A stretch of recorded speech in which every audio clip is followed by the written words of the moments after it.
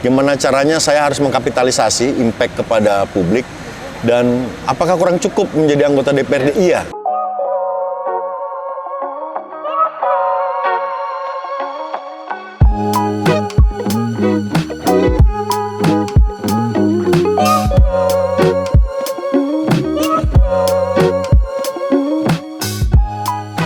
Assalamualaikum warahmatullahi wabarakatuh. Halo Sobat WK, Sobat Tribun Tangerang. Jumpa lagi dengan saya, Eko Priyono, Manajer Peliputan di Warta Kota Network. Kali ini saya bersama Bang Andri Permana. Beliau merupakan anggota Dewan DPRD Kota Tangerang yang gosipnya akan terlibat di Pilkada Kota Tangerang 27 November mendatang. Apa kabar Bang? Baik Mas Eko, Alhamdulillah. Bang, ini kita ada di Gor Dimyati. Kemudian di belakang ini abang masa abang atau gimana Bang? Enggak, ini kebetulan aja Mas Eko. Jadi setiap hari akhirnya salah satu tujuan kita di Perbasi ini kan Gor Dimyati menjadi epicentrum ya. Menjadi sentral dari kegiatan kita terutama di bola basket, dan hari ini kebetulan ada adik-adik kita dari SMP Negeri 4 dan SMA Negeri 7 yang mereka pas jadwal latihannya. Jadi ya mereka nemenin kita lah hari ini. Oke, siap. Nah, soal Gor ini Bang, abang ketua Perbasi ya, Kota Tangerang. Kemudian bicara pengelolaannya dulu. Gimana abang menghidupkan Gor ini sebagai apa ya, kawah candra di mukanya anak-anak Kota Tangerang Bang? Ini kan akhirnya bisa menjadi sebuah benchmark, menjadi ukuran kita bersama bahwa pengelolaan public space, pengelolaan fasilitas-fasilitas publik itu saat diserahkan kepada komunitasnya, bekerja sama dengan pemerintah kota, akhirnya tepat guna dan tepat sasaran. Jadi poin besarnya kan itu. Nah, saat berbicara akhirnya pengelolaan Gor ini lebih besar nilai manfaatnya buat anak-anak komunitas, saya rasa ini bisa jadi rujukan buat tempat-tempat yang lain, gimana caranya Kota Tangerang ini bisa hidup, semua komunitas ini juga tetap hidup saat pengelolaannya mengikut sertakan variabel si komunitas ini.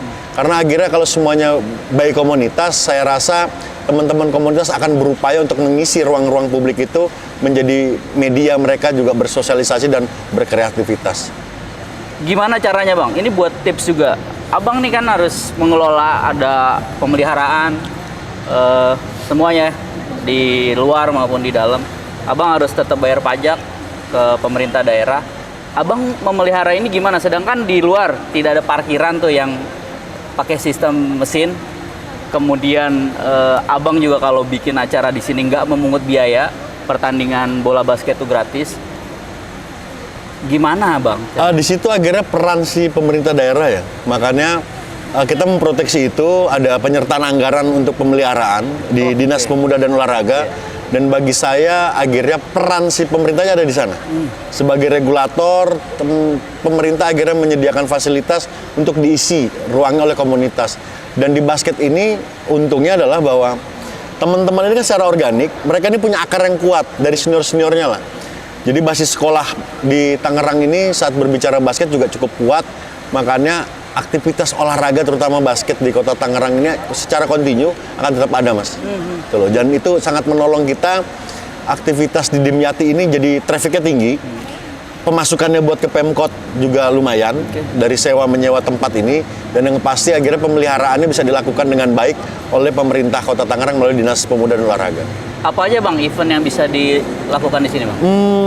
Hari ini alhamdulillah di era kepemimpinan kemarin Mas Arief Wismansa, Gor Dimyati ini sudah khusus buat basket. Ya, jadi hari ini yang kita patut syukuri di Tangerang itu banyak gor yang akhirnya khusus. Ada gor yang khusus buat voli, khusus buat futsal, bela diri, dan Dimyati akhirnya dikhususkan untuk basket. Nah, makanya hari ini semua aktivitas basket yang membutuhkan ruang di indoor akhirnya semua bisa dilakukan di Gor Dimyati. Gor Dimyati ya. Oke Bang. Nah, bila ada pihak luar Bang yang mau pakai Gor ini, itu bisa? Oh, bisa. Jadi terbuka semua. Silakan teman-teman berhubungan dengan Dispora untuk ngecek izin dan segala macam. Nanti yang paling penting adalah bahwa kita setelah ini ngecek jadwalnya benturan atau enggak, dan proses izin rekomendasi perangkat pertandingan nanti difasilitasi oleh Perbasi Kota Tangerang. Oke, siap. Bicara posisi abang sekarang, kemarin udah jadi anggota Dewan, maju lagi di Pileg kemarin 2024 ya, terpilih. Alhamdulillah. Suara abang nomor 33 dari 50. terus abang mau maju lagi di pilkada. Emang kurang cukup melayanin apa sih bang? Atau apa dasarnya? Yang pertama, ini kan jalan pengabdian ya. Dan kita sebagai seorang, terutama saya, basicnya adalah gerakan, mantan aktivis kampus, bagaimana caranya ilmu itu harus diamalkan. Dan dampaknya bisa lebih besar. Gimana caranya saya harus mengkapitalisasi impact kepada publik. Dan apakah kurang cukup menjadi anggota DPRD? Iya. Akhirnya banyak secara regulasi, aturan yang mengikat si anggota DPRD untuk tidak bisa melakukan percepatan. Menjalankan fungsi pengawasannya dijalankan nggak? Kita jalankan. Cuman apakah kita bisa mengeksekusi untuk segera mungkin melakukan perubahan yang cepat? Enggak. Dan saya rasa kontestasi pilkada ini menjadi ruang, menjadi media yang paling pas untuk saya mengkapitalisasi ruang pelayanan saya kepada masyarakat. Oke. Bicara generasi di belakang kita nih bang, orang nyebutnya Gen Z. Ya. Ada 9,9 juta data BPS yang menganggur. Abang mau maju sebagai wakil wali kota ya, fix wakil wali kota. Apa yang bisa abang lakukan kepada para generasi muda ya khususnya? Karena pemilih muda kan banyak di kota Tangerang jumlahnya. Apa yang bisa abang lakukan untuk mereka? Di baliho abang menyebut saatnya yang muda yang menata kota. Apa maksudnya? Yang pertama tantangannya adik-adik saya ini ke depan, Gen Z ini kan akses ya. Pertama adalah bahwa terjadi memang pergeseran tren, bahwa terus mereka ini tidak juga saat berbicara kerja, akses kerja tidak harus seperti ayah-ayahnya mereka, tidak seperti kakak-kakaknya mereka. Akhirnya banyak pekerjaan-pekerjaan yang non formal yang bisa menghasilkan penghasilan jauh lebih besar dibandingkan pekerjaan-pekerjaan formal. Akhirnya yang penting bagi generasi mereka ini adalah akses itu. Akses mereka mendapatkan apa? Pertama adalah mendapatkan pendidikan. Oke, pendidikan yang mana? Non formal juga penting. Karena mereka sangat butuh soft skill. Terus habis itu adalah akses terhadap kesehatan.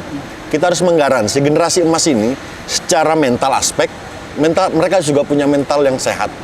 Secara fisik mereka juga harus punya fisik yang sehat. Dan yang paling penting akhirnya adalah mereka butuh akses terhadap sektor apa sih? Yaitu tadi, dunia pekerjaan itu tadi. Gimana caranya pemerintah harus membuat jembatan, harus bridging antara apa yang menjadi kebutuhan mereka terhadap kebutuhan dunia kerja dengan skill yang mereka harus miliki.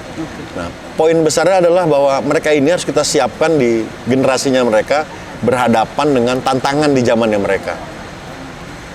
Ini bang, lebih dekat lagi ngomongin. Apa yang bisa mereka lakuin Gen Z nih? Karena kan di kota Tangerang ya, wisata alamnya mungkin terbatas. Paling jasa gitu. Nah, apa yang bisa seharusnya dihadirin Pemkot nantinya? Yang pertama, yang kita lupa gini, anak-anak kota Tangerang ini ajaib. Oke. Banyak yang di luar sana, itu semuanya produk kota Tangerang, gitu loh. Anggap aja misalnya di artis, banyak hari ini street art yang itu berangkat dari kota Tangerang. Banyak seniman-seniman memang berangkat dari kota Tangerang. Kalau terus misalnya kita ngomongin Creative Hub di Jakarta, hampir mayoritas yang ngisi anak-anak Tangerang. Di skena musik misalnya, anak Tangerang juga punya andil banyak di sana. Nah kan sebenarnya adalah kenapa sih mereka malah banyak bereksplorasi di Jakarta dibandingkan di kotanya? Karena ruangnya nggak ada. Perbatasan. Yes, jadi yang paling penting adalah kota ini, si pemerintah ini memberikan ruang itu. Karena kalau berbicara kemampuan, berbicara skill, mereka ini jauh lebih dari cukup. Jadi tinggal memulangkan kakak-kakaknya yang sudah punya prestasi di luar sana gitu ya. Bahkan ada artis mural di kota Tangerang yang sampai masuk majalah Forbes. Dan itu kan pencapaian. Maksud saya mereka harus pulang, bantu adik-adiknya ngisi ruang di kota Tangerang dan kita akan menata gitu loh. Kota Tangerang ini menjadi jauh lebih punya masa depan lah buat adik-adik ini. Pilihan katanya kenapa menata bang? Apa karena keterbatasan lahan atau hal lain? Tantangan di wilayah urban, terutama di wilayah metropolitan ini adalah keterbatasan lahan. Dan terus apakah terus pendekatan fisik dengan membangun itu menjadi jawaban? Enggak. Penataan jauh lebih penting. Makanya akhirnya kata kunci penataan itu kan akan selalu melekat sama hal yang baik. Bicara tata kelola, berbicara perencanaan pasti bicara tata kota gitu. Kita suka lupa. Yang diamanatkan oleh undang-undang itu adalah menata, bukan membangun. Saat kita sudah melakukan tata kelola pemerintahan yang baik, saat kita sudah melakukan tata kota yang baik, pembangunan itu sebuah keniscayaan lah. Dan akhirnya pembangunan pun juga tidak boleh hanya fokus di bicara fisik. Non fisik itu juga dikunci. Karena masa depan kita ada di mereka. Oke. Soal partai bang, abang di PDIP. Kemarin 7 kursi ya berarti ya, turun 3 kalau nggak salah. Yang pemenang di kota nih Golkar ya. Diskusi antar parpol nih gimana bang? Kalau di kota Tangerang kan yang terkuat ya, terdepan yang masih petahana bang. Abang gimana bang? Pertama akhirnya bahwa ruang komunikasi dan ruang diskusi itu kan akhirnya tidak hanya dijalankan secara formal. Akhirnya ruang diskusi itu bisa kita jalankan di banyaklah wilayah informal. Saya juga di luar Perbasi, saya juga tergabung di PMI. Ya. Pengurus PMI itu banyak mayoritas pengurus Golkar. Nah, itu kan juga sudah membuktikan bahwa PMI Palang Merah. Iya, Palang Merah Indonesia, Palang Merah Indonesia. Akhirnya di sini ini menjadi pembuktian bahwa tidak ada sekat lah. Semua akhirnya partai politik ini harus bersama-sama untuk melakukan penataan terhadap kota ini. Jadi bahwa ruang diskusinya tidak lagi ada di wilayah formal, tapi langsung ada di wilayah teknis. Bahwa ruang-ruang diskusi kita itu sudah langsung berbicara apa yang mau kita lakukan bersama-sama. Jadi hari ini Golkar pun sebagai partai pemenang juga selalu membuka diri, berkomunikasi dengan semua partai. PDI Perjuangan juga hari ini kita banyak berkomunikasi dengan partai-partai. Tujuannya apa sih? Tidak hanya berbicara urusan membangun bangunan koalisi, tapi yang paling penting adalah apa yang mau kita lakukan secara bersama-sama. Ya. Kota ini butuh kebersamaan itu. Oke. Di Pileg kemarin abang udah punya suara. Untuk maju pasti udah punya basis suara ya.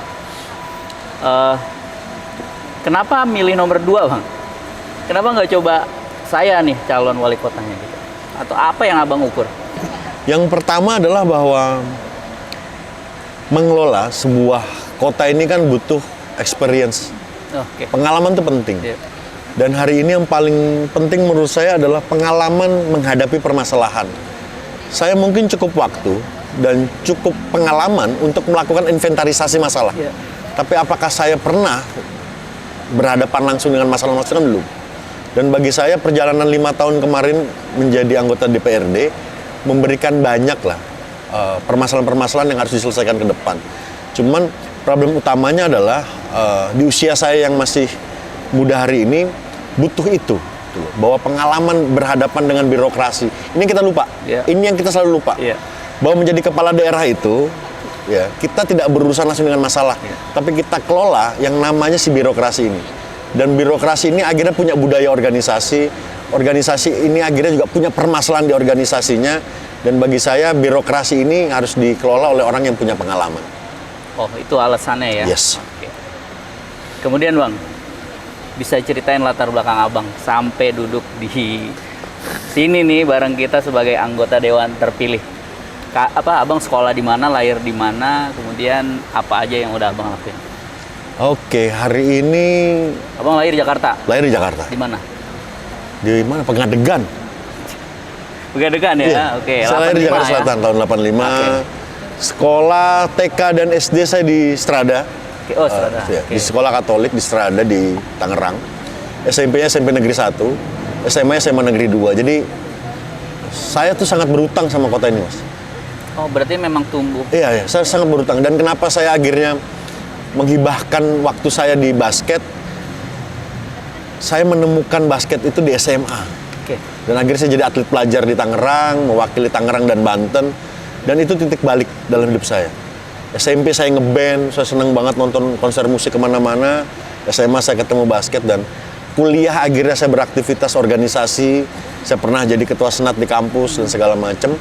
Tapi yang paling penting, semua proses yang saya jalanin itu akhirnya menghantarkan saya pada titik bahwa ya hidup saya ini akhirnya ya memang harus diberikan sepenuhnya buat bantu banyak orang. Makanya ruang-ruang pelayanan yang hari ini saya jalankan bagi saya itu tujuan hidup saya sih. Ada kesulitan pasti. Bisa ceritain nggak bang? Dalam hidup ini abang yang ngerasa, aduh ini gimana sih ini? Allah itu tidak akan pernah memberikan permasalahan di luar kemampuan gitu. Dan saya yakin semua masalah pasti ada solusinya, karena di balik kesulitan pasti ada kemudahan. Dan kalau ditanya gitu, apa sih permasalahannya? Nggak ada lah, musuh terbesar kita kan diri kita sendiri ya. Saat kita sudah berdamai sama diri kita ya, nggak ada masalah yang nggak bisa kita beresin. Pengalaman politik Bang sebelum jadi anggota Dewan. Abang kan aktif di kampus tuh. Oke, saya pernah menjadi bagian, dan ini sebuah kehormatan bagi saya. Saya pernah menjadi bagian dari tim kampanye Pak Jokowi di tahun 2012. Iya, pertama kali Pak Jokowi berangkat ya dari Solo ke Jakarta. Kebetulan saya humas tim kampanye Jokowi Ahok, terdaftar di KPU. Dan bagi saya itu kehormatan.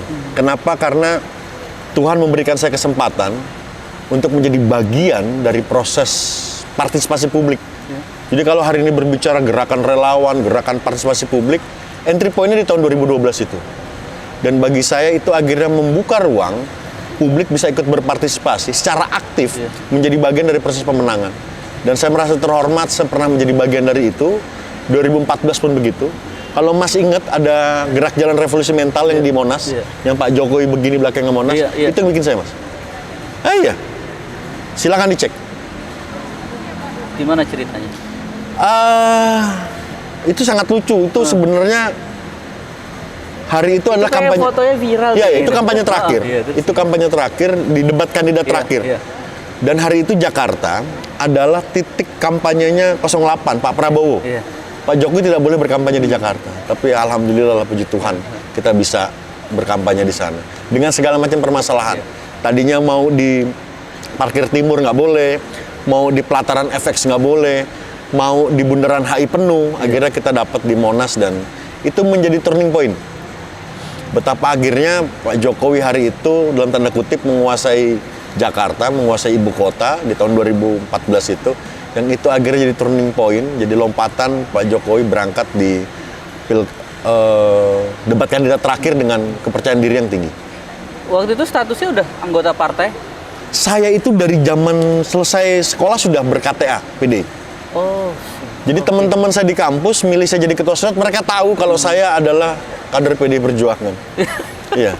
Dan saya akhirnya gini lah, bagi saya menjadi jujur itu penting ya. Dan bahwa saat orang bisa menerima kita dari sisi yang paling buruk, saya yakin orang pasti akan menerima kita dengan hal-hal yang baik.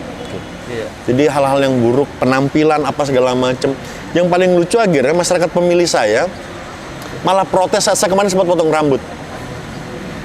Iya, karena saya selalu percaya ya unsur makola warta unsur mankola, jangan pernah melihat siapa yang berbicara gitu, tapi dengar apa yang dibicarakan. Dan itu saya jalankan dan akhirnya sampai hari ini itu jadi pegangan.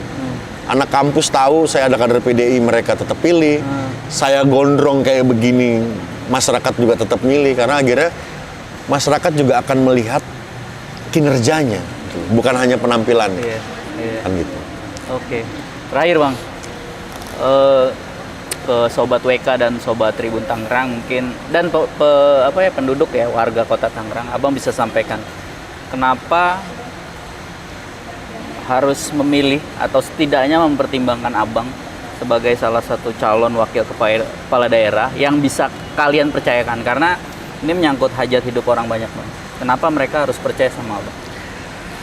Yang pertama adalah saya tidak ubahnya seperti warga Kota Tangerang kebanyakan yang tidak memiliki kesempatan untuk berkuliah di kampus negeri yang terkemuka. Saya seperti warga Kota Tangerang kebanyakan yang akhirnya harus banyak membagi ruang dan waktunya untuk juga bisa mengakses banyak fasilitas publik. Saya seperti warga Kota Tangerang kebanyakan yang akhirnya harus menikmati fasilitas-fasilitas di Tangerang ini tidak juga dengan privilege yang sama, dan saya yakin saya akan sama dengan warga Kota Tangerang lainnya yang punya niat, yang punya mimpi, punya harapan bahwa kota ini harus kita tata bersama-sama agar kota ini bisa jauh lebih baik dari sebelumnya. Cukup Bang? Oke, terima kasih banyak Sama-sama. Bang waktunya. Sampai ketemu lagi. Ya, Sobat WK, Sobat Tribun Tangerang. Demikian obrolan saya bersama Bang Andri yang akan maju di Pilkada 2024. Masih sangat panjang karena pendaftaran sampai Agustus ya Bang. Apapun yang terbaik untuk Abang. Amin. Dan buat pemirsa, silakan diambil yang baik-baiknya dari diskusi ini, bahwa di sini ada anggota dewan atau setidaknya perwakilan teman-teman yang ingin maju, yang ingin membawa perubahan, yang ingin menata kota Tangerang menjadi lebih baik, silakan. Pilihan tergantung di Anda. Sekian, sampai jumpa dengan narasumber yang lain. Wassalamualaikum warahmatullahi wabarakatuh. Jangan lupa subscribe ya.